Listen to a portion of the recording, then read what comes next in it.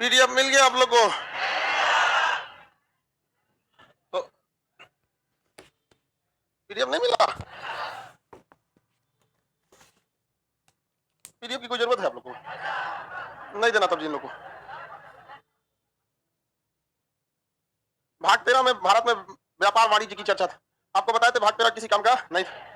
भाग 13 में हम आपको कल समझाए थे ना, बहुत ज्यादा इंपोर्टेंट नहीं है भाग 13। आर्टिकल 301 से लेकर 307 तक इसमें भाग 13 में इसमें व्यापार वगैरह की चर्चा है कि सरकार चाहे तो किसी व्यापार को इलीगल घोषित कर सकता है या किसी व्यापार पर प्रतिबंध लगा सकता है। जैसे आप कारखाना खोल सकते हैं, पेंसिल, रबड़, कटर, कपड़ा, मैगी, चाउमीन। अब परमाणु बम बनाने का कारखाना खोल दीजिए, खोल देंगे। हवाई जहाज बनाने का खोल सकते हैं? नहीं। कुछ चीजें गवर्नमेंट आरक्षित रख ली अपने लिए। अंतरिक्ष वाला खोल सकते हैं? नहीं। लेकिन अमेरिका में खोल सकते हैं, भारत में नहीं। पता चला भारत में अगर कह देगा कि आप लोग अपना अपना रॉकेट छोड़िए, फूल खजरा अपने अपने गांव से गांव को पीएसएलवी जीएसएलवी उड़ाएगा, उड़ाएगा कौन? ये गांव से छोड़ेगा, दूसरे के गांव में पटक देगा, ले जाएंगे।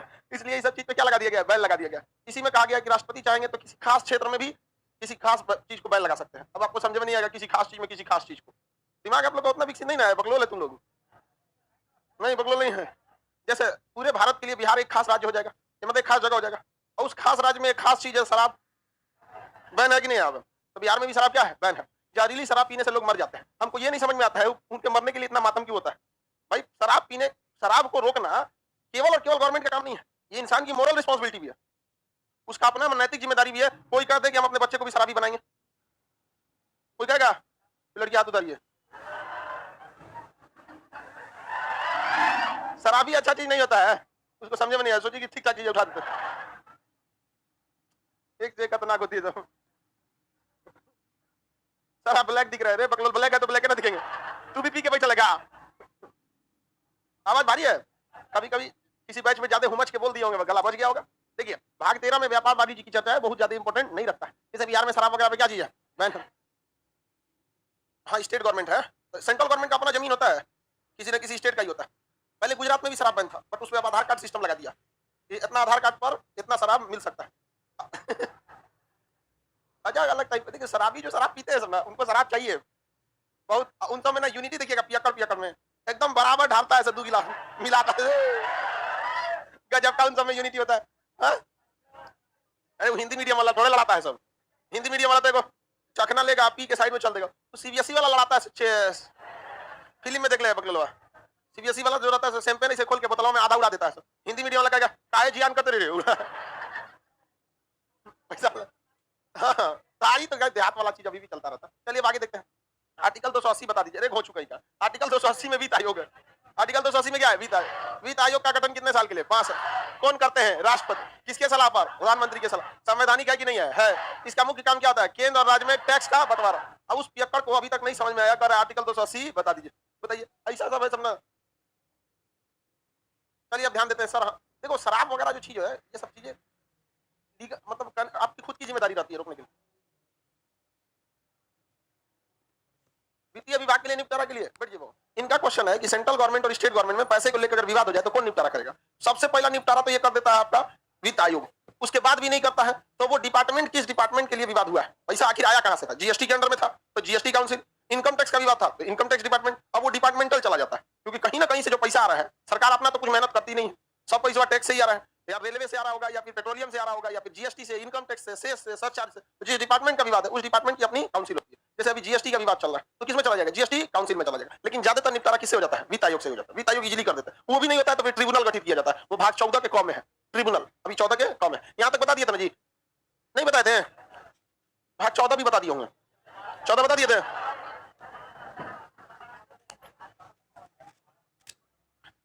भाग संख्या 14। आर्टिकल ये चालू होता है 307 पे, ये खत्म हुआ है तो 308 पे, और ये जाता है 323 तक। कहां तक जाता है? 323 तक। इसमें संघ और राज्य लोक सेवा आयोग है, यानी यूपीएससी की भी चर्चा है और इसमें पीसीएस की भी चर्चा है। इसे हम राज्य लोक सेवा आयोग कहते हैं, इसे संघ लोक सेवा आयोग कहते हैं। बहुत सिंपल सी चीज है, इसको आप ध्यान से समझिए। नई नौकरी का गठन करना है किसके तहत? अखिल भारतीय सेवा का। तो वह 312 के तहत स्टार्ट करेगी राज्यसभा, फॉरवर्ड करेगी लोकसभा को, साइन करेंगे राष्ट्रपति। ये तो हम बता दिए थे। और इसके बाद इसके नई नौकरी जो बन गई, अब उस नई नौकरी का एग्जाम कंडक्ट कराना, उसका पूरा प्रोसीजर 312 के तहत, 315 के तहत कौन करेगा? यूपीएससी। कौन करेगा? यूपीएससी। कौन करेगा? यूपीएससी। और अगर स्टेट में है तो कौन सा करेगा? पीसीएस। अब हर पीसीएस के अलग अलग नाम हो जाते हैं, कल बताए थे आपको, क्योंकि वो कई सारे अलग अलग स्टेट है, अपनी मान्यता है। जो राजस्थान वाला क्या करता है? आरएस, बिहार वाला बीबीएस। देख रहे भाई, ये झारखंड का लिख देता है जेब। अपना कोई दिमाग ही नहीं लगा, जो ये किया वही मार दो। हालांकि जेपीएससी बीपीएससी ये सब कुछ में आते हैं सब स्टेट प्रोसेस में। राज्यपाल महोदय विधानसभा का चुनाव लड़ सकते हैं क्या? अरे गधा कहीं का, तुमको 20 बार समझा दिए, राज्यपाल का टॉपिक खत्म हो गया कि ये राज्यपाल जो होता है विधानसभा में किसी का सदस्य नहीं हो सकता। चुनाव लड़ना है तो राज्यपाल के पद से इस्तीफा देकर लड़ लीजिए, क्या जाता है यहाँ पे? ऐसा ऐसा दिमाग नहीं लगाएगा सब खुद के, अब कहेगा राष्ट्रपति मुखिया का चुनाव लड़ सकता है, तुम रजिस्ट्रेशन बैल थोड़े हो। भाई कहा जाता है ना, शेर भूसा नहीं खाता है, शेर को भूसा सान के दे देंगे खाएगा, मर जाएगा लेकिन नहीं खाएगा वो। ये तो बता दिया आपको, बाकी आर्टिकल किसी खास काम लायक नहीं है। वो जो भी चीजें हैं बिना आर्टिकल के आपको यहाँ समझा देते हैं। ये याद रखिएगा 312 के तहत नई अखिल भारतीय सेवा का सृजन कौन करता है? राज्यसभा। और यूपीएससी और पीसीएस के लोगों के बारे में विशेष प्रावधान 315 में, किसमें? 315 में। बताइए यूपीएससी के अध्यक्ष की नियुक्ति कौन करते हैं? राष्ट्रपति। और बताइए यहाँ पर स्टेट जो राज्य लोक सेवा आयोग है उसके अध्यक्ष की नियुक्ति राज्यपाल करते हैं। ये किसके सिफारिश पर करेंगे? पीएम के सिफारिश पर। ये किसके सिफारिश पर? सीएम।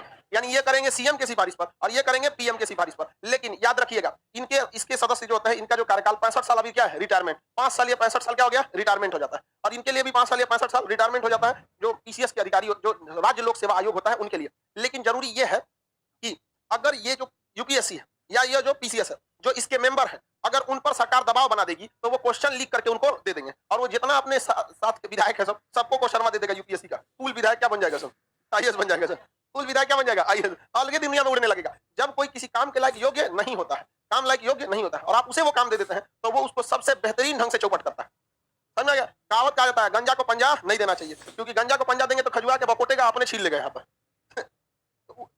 जरूरी क्या है कि यूपीएससी और पीसीएस के जो मेंबर है उन पर दबाव न बनाया जा सके। तो इसके लिए शर्त क्या चीज है कि इन दोनों को जो वेतन दिया जाता है वो संचित निधि से दिया जाएगा और संचित निधि से वेतन पर कटौती नहीं कर सकते। पहला ये हो गया। इनकी ट्रांसफर खुद यूपीएससी अपने बोर्ड बैठा के कर देता है ट्रांसफर। इन्हें सस्पेंड भले कर सकते हैं अगर ये पाए गए कदाचार में तब, लेकिन ऐसे नहीं कि मुख्यमंत्री का मन किया तो सस्पेंड कर देंगे, किसी का ट्रांसफर कर देंगे। नहीं, इनको मुकदमा चलाना पड़ता है। कहां पर? सुप्रीम कोर्ट में, इनमें हाई कोर्ट में। तब जाकर आप क्या कर सकते हैं? इन्हें पद से हटा सकते हैं। अब जब सुप्रीम कोर्ट ही कह देगा कि आप पद पे रहने लायक नहीं है तो आप बताइए उस कंडीशन में तो इन्हें हटना ही सही है? नहीं सही है? उस कंडीशन में तो हटना ही सही है। किसी को कोई दिक्कत?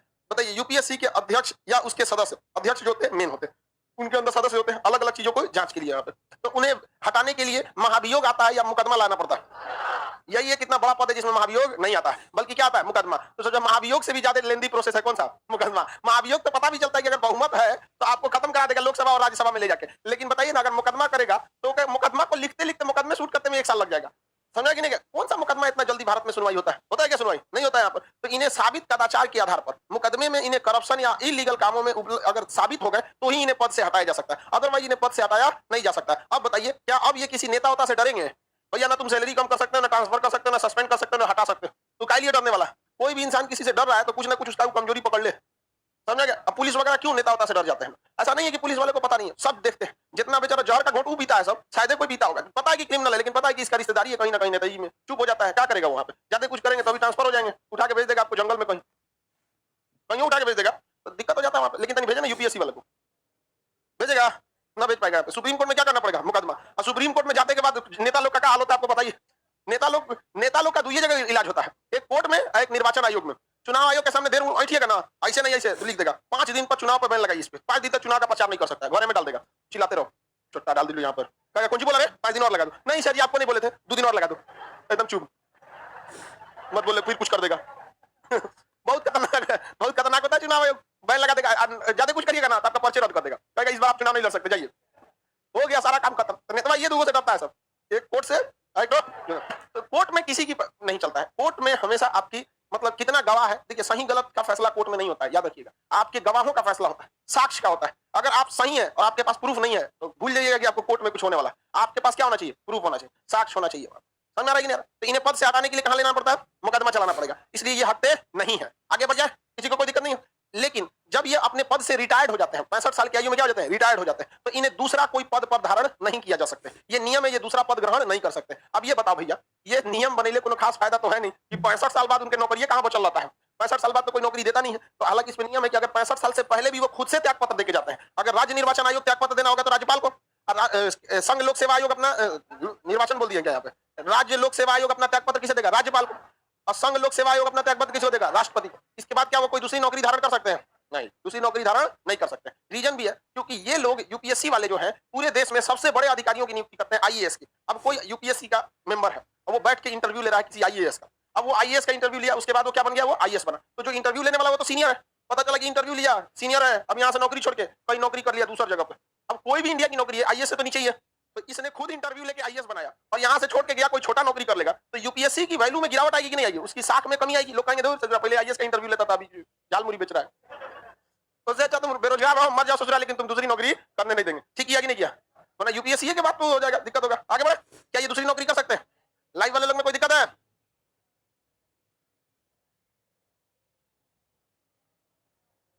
इससे आपकी कोई फिक्स योग्यता नहीं है, मतलब ऐसा कोई फिक्स योग्यता नहीं है, बट ये लोग शिक्षा के क्षेत्र में बहुत आगे होते हैं, इनकी कोई योग्यता फिक्स नहीं है। जैसे कोई सेना में ब्रिगेडियर हुआ, सेना में क्या हुआ? ब्रिगेडियर। अब वो सेना में कई पोस्ट ऐसे होते हैं ना कि कभी कभी टाइम से पहले रिटायर कर दिया जाता है, तो रिटायर हो गए पहले, और सेना में तो 65 साल पे थोड़ी रिटायर करता, पहले ही कर देगा 60 से। अधिकारी है तब 60 ले जाएगा, अधिकारी है बहुत बड़े तब 60 ले जाएगा। सिपाही वगैरह लोग को तो 40 से भी रिटायर कर देता है। 39 साल हुआ ना, 39 से 40 घींच के तो वहीं रिटायर कर देगा। अब सेना का कोई ब्रिगेडियर है 60 साल पे रिटायर हुआ, मेजर जनरल है, लेफ्टिनेंट जनरल है, क्या हो गया? रिटायर हो गया। अब जो सेना का ब्रिगेडियर, लेफ्टिनेंट जनरल ये सब होगा सब, इनको मैनेजमेंट कितना बेहतरीन आता होगा आप सोच सकते हैं।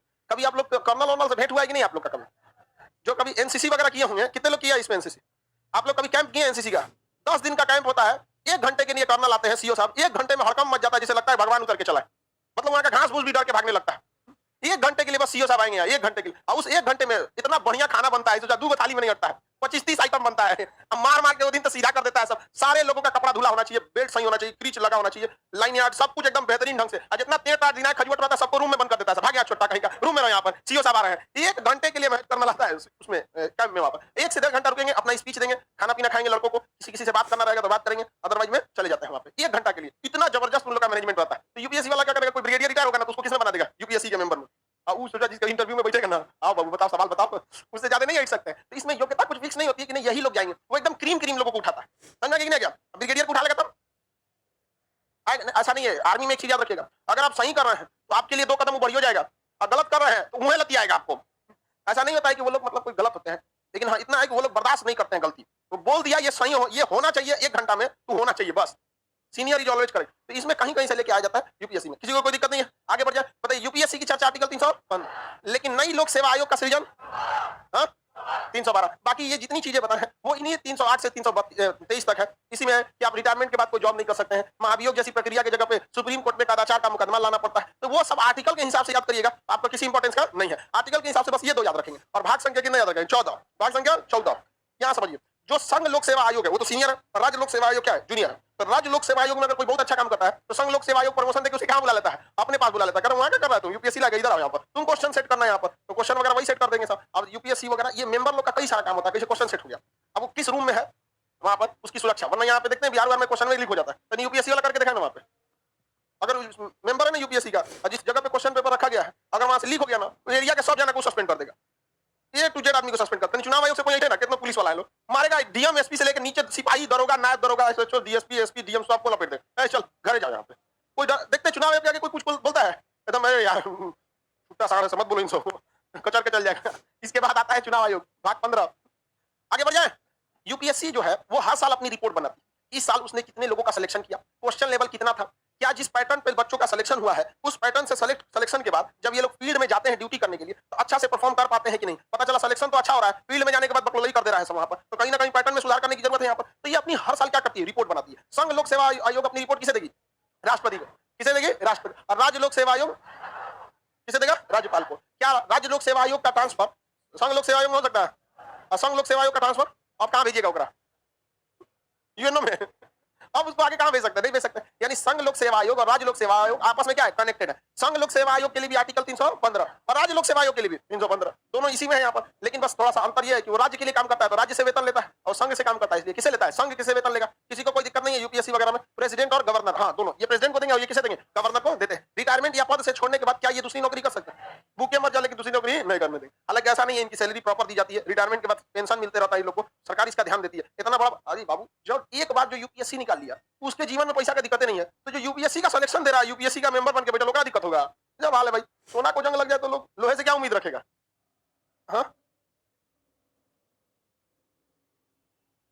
यूपीएससी में कई बार चलते रहता है, ये बड़े पद नहीं है ना, ये नहीं हटाया गया नहीं। अब आप पूछिएगा सबसे पहले महाभियोग से किस राष्ट्रपति को हटाया गया, तो हम आपको प्रोसीजर ना बताएंगे। अब हम कहाँ से अपने पास से ले आएंगे किसी को हटाने वाला? समझ में कि नहीं आ गया? खूब क्वेश्चन पूछता है ये। भाई हटाया गया रहेगा तो हम आपको सबसे पहले खुद ही बता देंगे। बता देते हैं कि नहीं बताए? सुप्रीम कोर्ट के जज का बताए थे रंगा स्वामी, हाई कोर्ट वाला बताया रामास्वामी। चलो बाबू ध्यान से देखो, डीएसपी क्या है? डीवाईएसपी जो होता है deputy superintendent of police. Deputy superintendent of police 4-5 थाना के ऊपर एक तो क्या हो जाता है? डीएसपी हो जाता है। अमूमन 3 से 4 थाना उसके अंदर रहते हैं। छोटा छोटा रहेगा तो 5 थाना हो जाएगा, उसके अंदर क्या हो जाएगा? डीएसपी। डीएसपी 4-5 थाना को सुपरविजन करते रहता है। ध्यान से देखिए यहाँ पर, इसके ऊपर कौन होता है? एसपी। तो एक जिले में एक एसपी और 5-6 तो डीएसपी, हर डीएसपी के अंदर 2-4 तो थाना। तो ये एक हायरार्की मेंटेन रहती है। आगे समझते हैं भाग संख्या 14 का क। 14 समझ में आ गया? भाग संख्या 14 का क। ये अब आपको नाम से ही स्पष्ट है कि बाद में जोड़ा गया होगा, नहीं है? 14 का क ये किस चीज को बताता है? ट्रिब्यूनल को बताता है। किसे बताएगा? ट्रिब्यूनल। ट्रिब्यूनल को कहते हैं न्यायाधिकरण। न्यायाधिकरण, न्यायाधिकरण मतलब क्या है? ध्यान से देखिए, किसी विवाद को लेकर अगर कोई बहुत बड़ा इशू बन जाए, नॉर्मल मैटर ना हो जाए, इंडिया लेवल का इशू बन जाए, तो कहा गया है कि उसके लिए फिर आप एक क्या बना सकते हैं? ट्रिब्यूनल बना सकते हैं, जो केवल उसी चीज को देखेगा जिस चीज के लिए एक विवाद है। जैसे कावेरी जल विवाद, आप सुने हैं? कावेरी जल विवाद। कावेरी जल विवाद में कर्नाटक जो है वो तमिलनाडु को पानी नहीं देता है, बांध बना के पानी क्या करता है? रोक लेता है। अब ये कर्नाटक है और ये क्या है? तमिलनाडु। अब कावेरी नदी कहां से निकलती है? कर्नाटक के ब्रह्मगिरी से। तो बांध बना के कहता है तमिलनाडु को पानी नहीं देंगे, और तमिलनाडु कहता है पानी नहीं देगा तो हमारे जाएगा। तो दोनों के बीच में ना ये पानी का विवाद कम और राजनीति का विवाद ज्यादा है, क्योंकि अगर तमिलनाडु में चुनाव जीतना है तो हल्ला कीजिए, कोई नहीं रोक सकता है कावेरी जल का पानी, जब तक मैं जिंदा हूं पानी लेके आऊंगा। यहाँ जीतना है तो कहिए कि मैं कावेरी नदी का पानी नहीं दे सकता हूँ, 4 गो और बांध बना देंगे इस पे। नेता यही तो करता है सब, क्योंकि उनके पास पब्लिक के पास जाने के लिए नेताओं के पास कोई ऑप्शन नहीं रहता। क्या कह के जाएंगे? हम बहुत पढ़े लिखे हैं, हम बहुत बड़ा तुम्हें रोजगार दे सकते हैं? नहीं, हम लड़ाने में स्पेशलिस्ट है, जाति धर्म पे लड़ा सकते हैं, लड़ो और कुछ कर सकता है। तो ये कावेरी जल विवाद, इसके लिए एक नया एक क्या बना दिया गया? ट्रिब्यूनल, कावेरी जल विवाद न्यायाधिकरण, अंग्रेजी में tribunal for Kaveri water dispute. हो गया खत्म यहाँ पे। अब उसी का काम है, तुम देखते रहो। उस जज साहब का, ये ट्रिब्यूनल में जितने जज होते हैं रिटायर्ड होते हैं। 90% जज क्या होते हैं? रिटायर्ड होते हैं। और कभी कभी एक जज मतलब सर्विस वाले भी आ जाते हैं, लेकिन 99% कैसे होते हैं? रिटायर्ड। उनका और कोई मुकदमा सुनने का काम होता है? नहीं, दिन भर वही सुनते हैं। अच्छा बात है। यहाँ पर हम ये साफ एक विवाद हो जाता था, पर्यावरण वाला कूद जाता है, बहुत ज्यादा नौटंकी करेगा सब पर्यावरण वाला। सड़क बनाएंगे, हल्ला करेगा, हमारा सीआर कैसे पार करेगा इसको? एगो सीआर उधर रह जाएगा, सीआर इधर रह जाएगी, दिक्कत होगा यहाँ पर। सड़क बनाना ठीक नहीं है यहाँ पर। हमारा तोता को उड़ने में दिक्कत हो रहा है, हवाई जहाज बंद कर दीजिए, पतंग मत उड़ाइए, पक्षी सब कैसे उड़ेगा? पुल ले दे के यही में घुस जाएगा। यहाँ पर कोई भी विकास का काम करेंगे कौन चलाएगा? पर्यावरण वाला। हमेशा दिक्कत होता था भाई, हमेशा दिक्कत होने लगा। तो इसके लिए भी अलग न्यायाधिकरण बना दिया गया, national green tribunal. National green tribunal, national green tribunal, NGT सुने हैं? हमेशा कूद जाता है एनजीटी वाला, नेशनल ग्रीन ट्रिब्यूनल, राष्ट्रीय हरित प्राधिकरण या न्यायाधिकरण होता है। अब यही कूद जाएगा कहीं, सड़क बनाएंगे, कहेगा सड़क गया, कितना घास उखा दिया, बताओ घास भैंस खाती? हाँ, उकरा घास दिखेगा, भैंस खाएगी, सड़क या नहीं दिखेगा? देश की अर्थव्यवस्था के लिए ना। एनजीटी वगैरह बहुत सारा नौटंकी करते हैं सर एनजीटी वगैरह वाले। तो खैर इन लोग का अपना अपना वो है। चिमनी खोलिएगा, चिमनी बहुत हाइट पर होना चाहिए, थोड़ा सा पैसा दे दीजिए, हाइट कम हो जाएगा। यही तो होता ही है, और क्या होता है? आप अगर पेड़ काटिएगा यहाँ पे तो एनजीटी, देखिए कहीं कहीं एनजीटी वाले बड़ी ज्यादा रिजिड भी हो जाते हैं सर। दिल्ली में एगो 40 तल्ला के 2 बिल्डिंग गिरवा दिया सब इसमें, 40-40 तल्ला का 2 बिल्डिंग गिरवा दिया सब, क्योंकि वो पार्क था और उसके ऊपर ही बनवा लिया पैसा देके। क्या चीज? Builder, building. और चला है सब मामला की ग्रीन बिल्डर, तो गिरवा दिया वहां पर। तो एनजीटी, तो नेशनल ट्रिब्यूनल का मतलब समझ में आ गया क्या होता है? न्यायाधिकरण। कोई बहुत बड़ा विवाद हो जाएगा तो क्या हो जाएगा? न्यायाधिकरण। न्यायाधिकरण में होता है। आगे बढ़ जाए।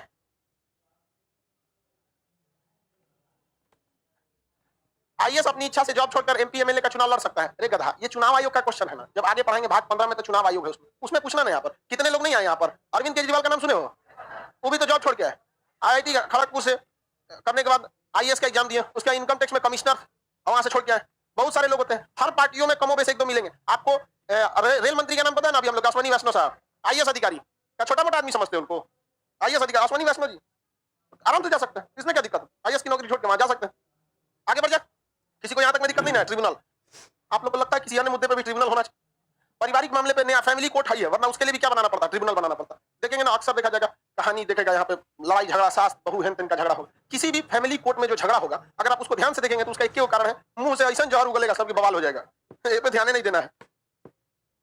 बैटरी चेंज कर लेता है।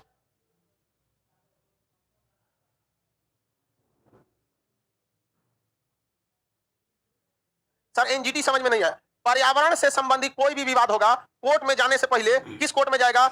एनजीटी कोर्ट में, नेशनल ग्रीन ट्रिब्यूनल। आप हाईवे बनाइएगा तो एनजीटी, देखिए एनजीटी कहीं कहीं सही भी है, कहीं कहीं ज्यादा नौटंकी भी करने लगता है, सड़कें बनाने नहीं देता है। तो मायावती जब थी, अखिलेश यादव उत्तर प्रदेश में थे, और उस समय मायावती के समय से एक तो प्रोजेक्ट अटका हुआ था, गंगा एक्सप्रेसवे।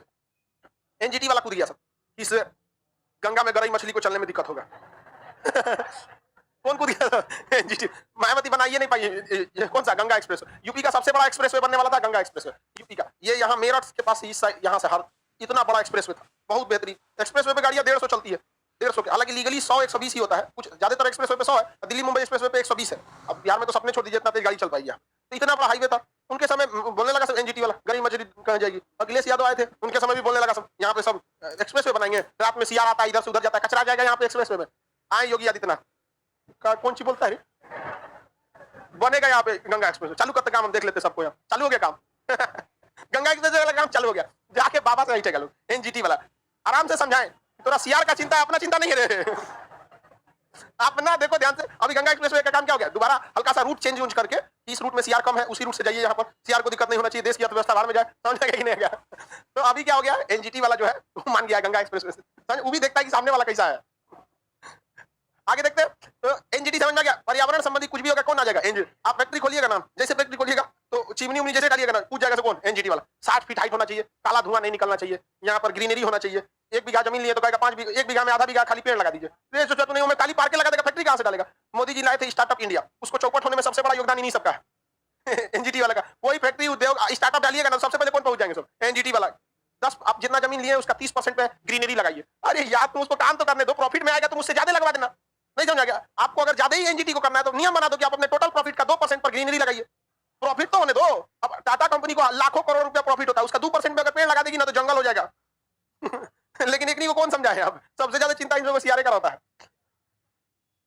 आगे बढ़ जाए, अगला है आपका भाग संख्या 15।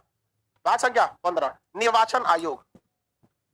निर्वाचन आयोग सबसे जिम्मेदारी वाला काम कौन सा, निर्वाचन आयोग। इससे बड़ी जिम्मेदारी शायद किसी को नहीं। लोकतंत्र की जिम्मेदारी किसके ऊपर है, निर्वाचन। इलेक्शन कमीशन कौन है भैया, इलेक्शन कमीशन। निर्वाचन आयोग, पहले निर्वाचन आयोग में केवल 1 सदस्य होते थे, अभी कितने सदस्य होते हैं, 3। सबका पावर क्या होता है, सेम होता है। अकेला आदमी क्या चुनाव करा सकता है, इसके ऊपर जिम्मेदारी देखिए, निर्वाचन आयोग के ऊपर जिम्मेदारी कितने लोगों का चुनाव का होता है, निर्वाचन आयोग। राष्ट्रपति और उपराष्ट्रपति का चुनाव कौन कराता है, निर्वाचन आयोग।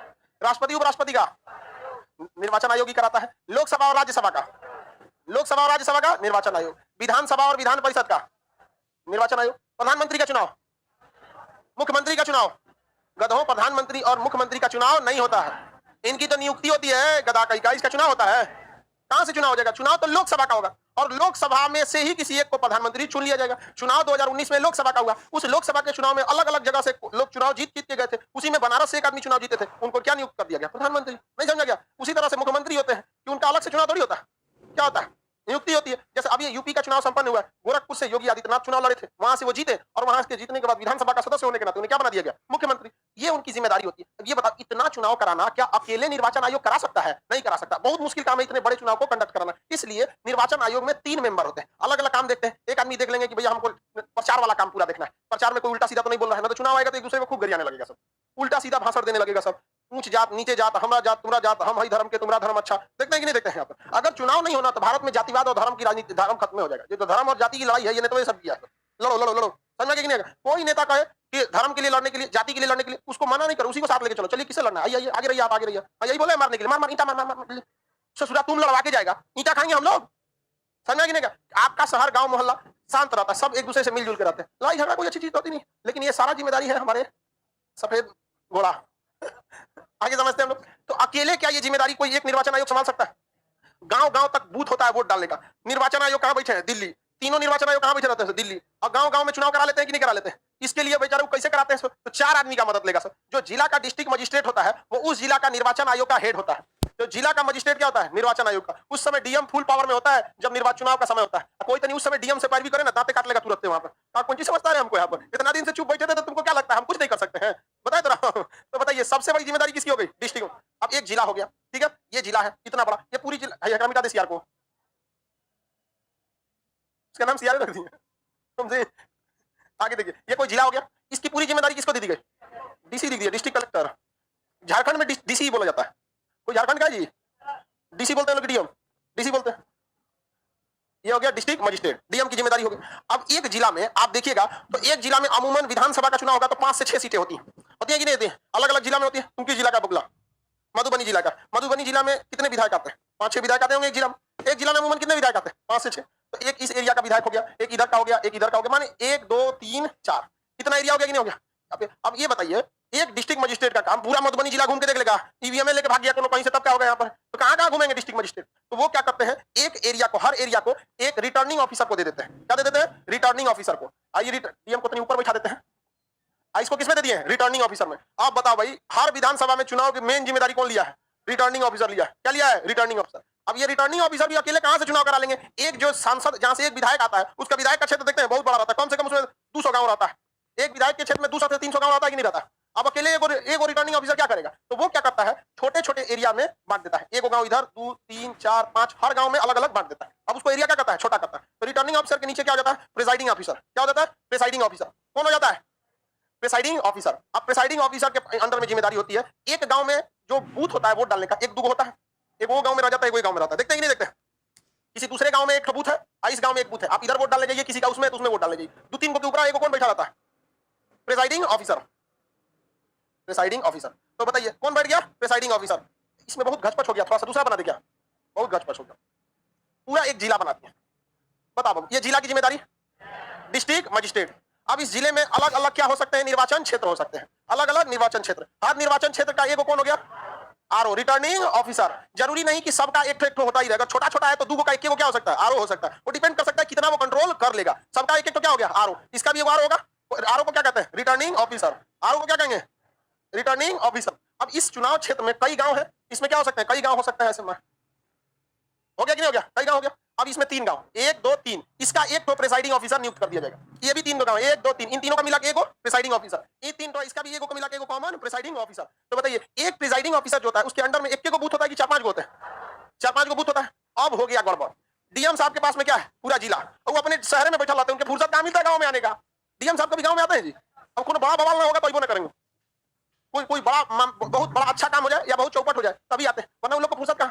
किसी को दिक्कत? तो एक डीएम तो कभी आने वाला नहीं रहा भाई गांव में। वो किसको जिम्मेदारी दे दिया? आरओ को, रिटर्निंग ऑफिसर। अब ये बताइए, रिटर्निंग ऑफिसर के अंदर में ये पूरा काम कराने का। अब रिटर्निंग ऑफिसर एक गांव, पूरे एक विधानसभा क्षेत्र में कम से कम 200 बूथ होता है। 100 से 200 क्या होते हैं? बूथ। तो 100 से 200 बूथ अकेले रिटर्निंग ऑफिसर देख लेंगे? नहीं। तो क्या कर लेंगे? 50-50 बूथ के ऊपर क्या दे देंगे? प्रिसाइडिंग ऑफिसर दे देंगे। क्या दे देंगे? Presiding officer. अब बताइए, प्रिसाइडिंग ऑफिसर कितना गांव देख रहे हैं? 3 गांव देख रहे हैं। आई प्रिसाइडिंग ऑफिसर 3 गांव देख रहे हैं। हर गांव में मान के चलिए 10 को बूथ है। इसमें भी कितना बूथ है? 10। इसमें 10 बूथ, इसमें 10, इसमें 15 बूथ, अलग अलग। बताओ बाबू, 25 30 35 को बूथ अकेले देख लेंगे? अकेले देख लेंगे? नहीं। तो ये अपने हर बूथ पर, ये वाला हर बूथ पर, मतलब हर एक निर्वाचन क्षेत्र पर, हर एक गांव में एक तो क्या डाल देते हैं? पोलिंग अफसर। क्या डाल देते हैं? पोलिंग अफसर। सुने हैं पोलिंग अफसर? जहां आपका चुनाव देने जाएंगे वहां क्या बैठा रहता है? पोलिंग अफसर। क्या बैठा रहता है? पोलिंग अफसर। एक कॉलेज, हर कॉलेज में वो क्या खड़ा रहेगा? पोलिंग अफसर। उस कॉलेज का इंचार्ज कौन रहता है? पोलिंग अफसर। जहां कुछ कहिएगा सीआरपीएफ वाला को कहेगा मारिए तो इसको, वो कुछ नहीं सोचेगा सीआरपीएफ वाला आप कौन है, 4 को बुला के आपको धोना चालू कर देगा वहां पे, सीधे धोना। देखिए चुनाव में धोते हैं सभी ने। अब बताइए, पोलिंग जिस अमूमन जो वोट डाला जाता है, कहां डाला जाता है? स्कूल कॉलेज पे। आप लोग को पता है चुनाव में वोट डाला जाता है ऐसे सियाही लगा के? पता है कि नहीं? नहीं पता है? समझ, ध्यान से सुनिए लोग, समझ में आ जाएगा, कोई दिक्कत नहीं होगा। प्रधानमंत्री वगैरह के लिए क्या समझ आता है? चलिए बढ़िया है। तब हम तो समझा ही रहे हैं। तो अमूमन क्या बनाया जाता है? स्कूल को ही बूथ बना दिया जाता है जहां पर वोट डाला जाता है। अब वो स्कूल की इंचार्ज कौन हो गया? पोलिंग अफसर। हर स्कूल का पोलिंग अफसर। और 5-10 को स्कूल मिला के एगो प्रिसाइडिंग अफसर। 5-10 को स्कूल मिला के प्रिसाइडिंग अफसर, प्रिसाइडिंग अफसर। और उस विधानसभा का एगो क्या हो जाएगा? पूरा 50-60 को मिला देंगे तो एगो रिटर्निंग अफसर। कौन हो गया? रिटर्निंग। और सारे रिटर्निंग अफसर के ऊपर कौन होता है? डीएम। अब बताइए, चुनाव कंट्रोल हो गया कि नहीं हो गया? डिस्ट्रिक्ट मजिस्ट्रेट किसको बोलेगा? रिटर्निंग अफसर को। और रिटर्निंग अफसर को बोलेगा, मान के चलो यहाँ कुछ बवाल हुआ, यहाँ बवाल हुआ, सीधे बात किस पे आएगी? डिस्ट्रिक्ट मजिस्ट्रेट को। कहेगा कौन छोटा बवाल किया, कहाँ हुआ है? आई वाले में हुआ है। कहेगा वहां का रिटर्निंग अफसर कौन है? तो ये बाबू होंगे, कौन? कुछ नाम होगा इनका, अधिकारी होंगे यहाँ पर। रिटर्न ये कौन है? रिटर्निंग अफसर। और रिटर्निंग अफसर किसी को बना देता है? कौन? भागलपुर का कौन प्रिंसिपल है, उठा के लाएगा, अब बक्सर में रिटर्निंग अफसर बना देगा। प्रिंसिपल साहब कहेंगे और ससुरात नहीं, आज तो पावर मिला है हमरा, हमेशा लटन सब पे डंडा चलाते थे, आज विधायक पे चलाएंगे, आज यहाँ पे ना छोड़ेंगे तो हम यहाँ पे। पूरा पावर देके किसी को भेज देता है, मतलब किसी को नहीं है कि आप लोग उठा के भेज देगा। नैका लेकिन को तो भेजवे नहीं करेगा, नहीं तो देख लेगा हमारी वाली कितने चुनाव देने गई है, इस ससुरा वही में बिजी हो जाएगा, कहेगा कि हम रिटर्निंग अफसर है, मतलब तुमको रिटर्न हम ही ले जाएंगे। अरे ससुरा वो ईवीएम को रिटर्न ले जाता है कि तोरा रिटर्न ले जाएगा। नहीं समझे? लड़की लोग समझ रही है? और मार हो जाएगा ससुरा, पूरा बूथ बंद कर देगा, कहेगा पहले ओकरे हो तो चुनाव, बाद में चुनाव हो तो पहले आओ तो अकेले दिया देते, कोई से दम बटन दब, सब पे दाब दो बटन। आगे बढ़ जाए तो आपको ऐसा लगता होगा ना चुनाव बहुत टफ है, क्या टफ है? नहीं, सारी जिम्मेदारी किस पर? डीएम। डीएम के पास क्या मिल गया? एक जिला। अब वो जिला में जहां जहां विधायक उठता है वहां के लिए वो क्या नियुक्त कर देता है? रिटर्निंग अफसर। क्या नियुक्त कर दिया? रिटर्निंग। अब रिटर्निंग अफसर के अंदर में बहुत सारा बूथ है, सबको तो देख नहीं सकता, तो 10-10 के ग्रुप पे क्या दे देता है? प्रिसाइडिंग अफसर। तो 10 को स्कूल के ऊपर कौन चाहिए? एगो प्रिसाइडिंग अफसर। इधर 10 को स्कूल के ऊपर एगो प्रिसाइडिंग अफसर, ऐसे करते करते 50-60 को स्कूल के ऊपर एगो आरओ, और उसके नीचे प्रिसाइडिंग अफसर, और हर स्कूल पे हाँ पोलिंग अफसर। कौन होता है? पोलिंग अफसर। अब उसके बाद होते हैं सब एगो पोलिंग एजेंट। ए बता सा इधर देख, देखो काला जामुन इधर देख, तुम देख तो तुम है भी उसी टाइप का, पढ़ेगा नहीं तो ऐसे ही रह जाएगा, फिर गाना गाएगा मेरा जीवन कोरा कागज कोरा ही रह गया। चलो ध्यान दे इधर। अब पोलिंग एजेंट कौन होता है? तो जो विधायक चुनाव लड़ रहा होता है वो अपना एक खास आदमी को एक तो क्या बना देता है? Polling agent. हर विधायक अपने चाचा फूफा मामा को क्या बना देता है? Polling agent. अब वो प्रेसाइडिंग ऑफिस जो वो एसडीएम होते हैं वहां के, वो उसको एक वाई कार्ड दे देते हैं। रिटर्निंग ऑफिसर या प्रेसाइडिंग ऑफिसर उसको एक वाई कार्ड दे देते हैं, उस पर लिखा होता है पोलिंग एजेंट खुनचुसवा पार्टी। उसके पार्टी का नाम लिखा रहता है ऊपर लिखा रहेगा पोलिंग एजेंट खुनचुसवा पार्टी, और उसका नाम रहेगा नीचे उस यमराज। अब वो क्या बन गया है? Polling agent. तो लोग जब वोट डालने जाते हैं तो देखिएगा पोलिंग एजेंट को बहुत मदद करता है सब, क्योंकि वो अपने नेता को जिताना चाहता है। हाँ हाँ चाचा लीजिए यहाँ पे ये तीसरा नंबर बटन दाब दीजिएगा, इसी पे है यहाँ पे खुनचुसवा पार्टी, दाब दीजिएगा, जाइए। गेट के अंदर नहीं घुसने देता है पोलिंग एजेंट को। मेन गेट जो होता है ना, बाहर पोलिंग एजेंट ऐसे बिछौना बिछा के बैठा रहता है, पर्ची मिलाते रहता है, देखते हैं, अरे प्लास्टिक व्लास्टिक बिछा के बैठा रहता है, पर्ची मिलाते रहता है। वो क्या होता है सब? Polling agent. तो चुनाव आयोग अपना सरदर्द दे दिया किसको? नेताओं को, वरना वहां बैठा था तो अच्छा से नहीं होता, नहीं तो आराम खूब खोजता। आपका नहीं मिल रहा है, लाइए देखते हैं, हाँ देखो 5 नंबर फाइल में देखो, हाँ ये मिल गया, आधार कार्ड है ना, ये आपका वोटिंग कार्ड है ना, सब दे देके कहेंगे जाइए 5 नंबर पे दाबिएगा, कहेगा हाँ हाँ सर 5 नंबर पे, हमारा फूफा अपने खड़ा है 3 नंबर पे नहीं समझेगा अपना सिखा के कुछ भेजिए। तो जो पोलिंग एजेंट होता है वो चुनाव आयोग का आदमी होता है। नेता का होता है, नहीं समझा कि नहीं? पार्टी का होता है, और हर पार्टी अपना अपना हर स्कूलों पे क्या भेजे रहता है? Polling agent. तो सबसे पहले आपकी मुलाकात किससे होगी? Polling agent. वो आपको सिखाएगा कितना नंबर पे बटन दाबना है, लेकिन आपको तो अपने होशियार है। उसके बाद गेट पर मिलेगा आपको बंदूक लेके अपने कोई भी पैरामिलिट्री जो सीआरपीएफ रहे, बीएमपी रहे या कोई भी रहे, वहां मिलेगा।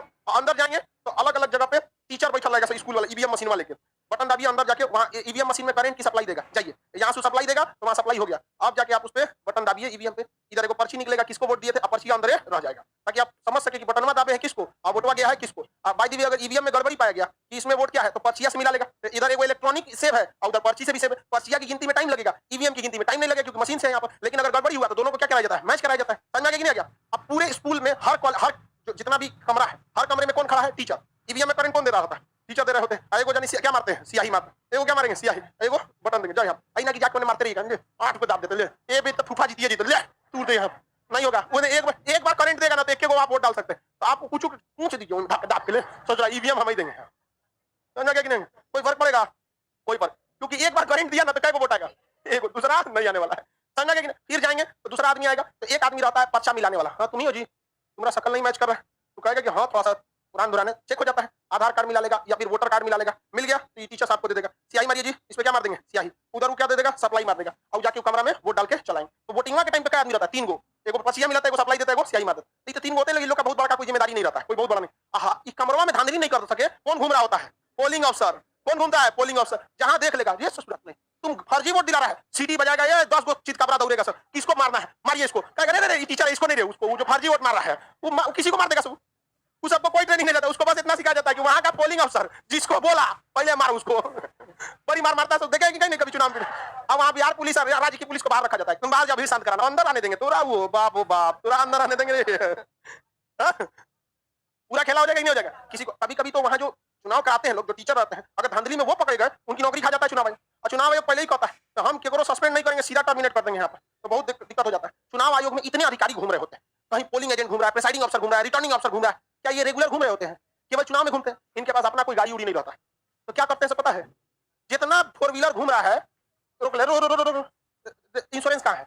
अच्छा पॉल्यूशन कहाँ है? कोनो एगो चीज अगर गड़बड़ हुआ तो गलिया रख लेगा, जाओ चुनाव बाद मिलेगा रख लेता है गलिया, हाँ रख ले, बाइक सब रख लेगा रख लेता है। तो एक अगर फाइन में पकड़ा गया तो उसका तो पैसा नहीं देगा सब, लेकिन अगर जरूरी थोड़ी है कि फाइन में पकड़े करेगा। हमने एक बार चुनाव में मतलब पकड़ लिए थे तो हमारा सब कुछ था, तो थोड़ी ना गलिया लेके चल जाएंगे। कभी कभी उनकी मजबूरी हो जाती है तो किसी का भी गाड़ी रख सकते हैं, उसका प्रतिदिन के हिसाब से उन्हें किराया दे देते हैं। कहते हैं कि भाई हम परमानेंट रख के करेंगे क्या, हमारा काम है। आप कहेंगे कि हमारा अधिकार है, ये अधिकार है, फोन करे डीएम को, डीएम उठा के अगर तुमको हम अपना अधिकार दिखाते हैं तो हम साइड करते हैं। तो वो गाड़ी वगैरह भी क्या करते हैं? रख लेते हैं। अमूमन वो लोग प्रीफर करते हैं कौन सा? फाइन वाला कुछ मिल जाए और उसके ऊपर लिखा देंगे ऑन इलेक्शन ड्यूटी, हर आदमी हड़क जाएगा। कोनो नेता चाय पी रहा होगा इसे ऑन इलेक्शन ड्यूटी, अरे बाप रे जैन सर इलेक्शन ड्यूटी पे है, बहुत खतरनाक होता है सब। अब बताओ, एक सिंगल निर्वाचन आयोग पूरे देश में चुनाव करा लेगा कि नहीं करा? क्या उसके पास कोई परमानेंट अधिकारी होता है? टीचर उचर को कहीं से उठा लेता और भेजता पर कैसे है ना, बिहार के एक कोना से उठा के वो कोना भेज देगा, उधर के टीचर को उठा के उधर भेज देगा, ऐसा ऐसा जगह उठा के पटकेगा ना जहां आपका कोई रिश्तेदार न मिले अब आप ही बताइए, आप जिस डिस्ट्रिक्ट के हैं वहां से 20-25 डिस्ट्रिक्ट हिला के कहीं आपको ड्यूटी लगा दिया, कौन मिलने वाला है आपको वहां पर? अगर वहीं के पोलिंग अफसर बना दीजिएगा, वही गांव का रिटर्निंग अफसर बना दीजिएगा, वही गांव का प्रिजाइडिंग अफसर बना दीजिएगा, वही गांव के टीचर लोग को, तो वही गांव के फूफा जीत जाएंगे, नहीं जीत जाएंगे? आगे बढ़ जाए। सर मेरे पिताजी टीचर है, वोटिंग कराने जाते हैं, जो आप बता रहे हैं वो हमको सब चीज बताए हुए थे। हाँ बाबू, तो हम कुछ अपने मन से थोड़े बता रहे हैं। आगे बढ़े। बाकी आप बहुत सारा अंदर भी काम होता है, वहां पे P1 PO1 PO2 PO3, अभी आपका काम नहीं है। अब आप कहिएगा कि कहां से हम सिल्वर नाइट्रेट का सियाहिया कहां बनता है वो बता दीजिए, तो ये सब क्या करेगा जान के? जो काम लायक चीज आप जान गए कि नहीं जान गए? गेट के बाहर कौन मिलेगा आपको? पोलिंग एजेंट, पोलिंग अफसर को बाहर भेज दीजिए। ये सबको चुनाव जिताने के लिए दे दीजिए ना, केकरो जिता देगी। बाद में पता चलेगा वो तो पर्चे नहीं भरा था।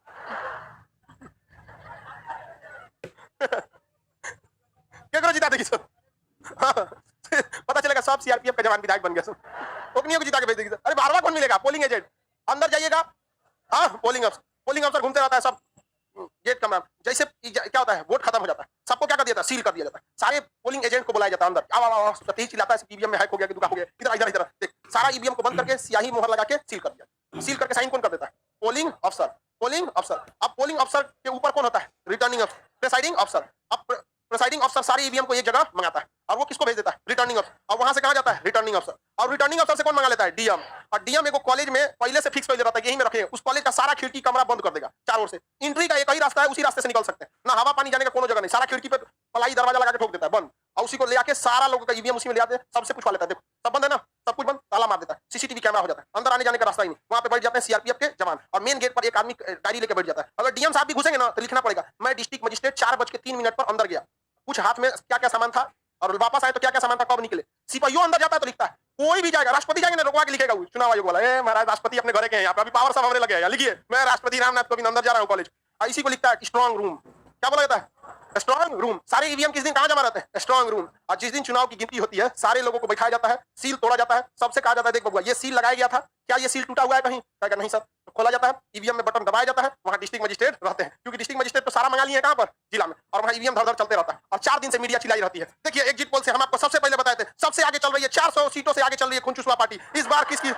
खुंचुसवा पार्टी सबसे आगे चल रही है। हमारे चैनल पे सबसे आगे थे खुंचुसवा पार्टी, आगे निकल गई खुंचुसवा पार्टी। शाम को पता चलेगा दूसरा कौन जीत गया। बताओ चुनाव हो गया कि नहीं हो गया? जिला में निर्वाचन आयोग का सबसे बड़ा अधिकारी डिस्ट्रिक्ट मजिस्ट्रेट, उसके नीचे आरओ, उसके नीचे प्रिजाइडिंग अफसर, उसके नीचे गेट के बाहर पोलिंग एजेंट। हो गया। सुबह 6 AM से वोटिंग चालू हो जाती है। डिपेंड करता है कि एरिया कैसा। अगर कोई नक्सलाइट एरिया रहता है तो उसको 8-9 बजे चालू करता है और 3-4 बजे तक पोलिंग क्या करता है? बंद कर देता है। अमूमन ऐसे में 12 घंटा वोटिंग करा दिया जाता है, सुबह 7 से रात को 7 बजे तक। अमूमन ऐसा होता है, डिपेंड करता है एरिया कैसा। हम नक्सलाइट एरिया में सब लोग कराएंगे नहीं होगा। अब आगे का क्लास कॉल समझाएंगे, बहुत टाइम हो गया।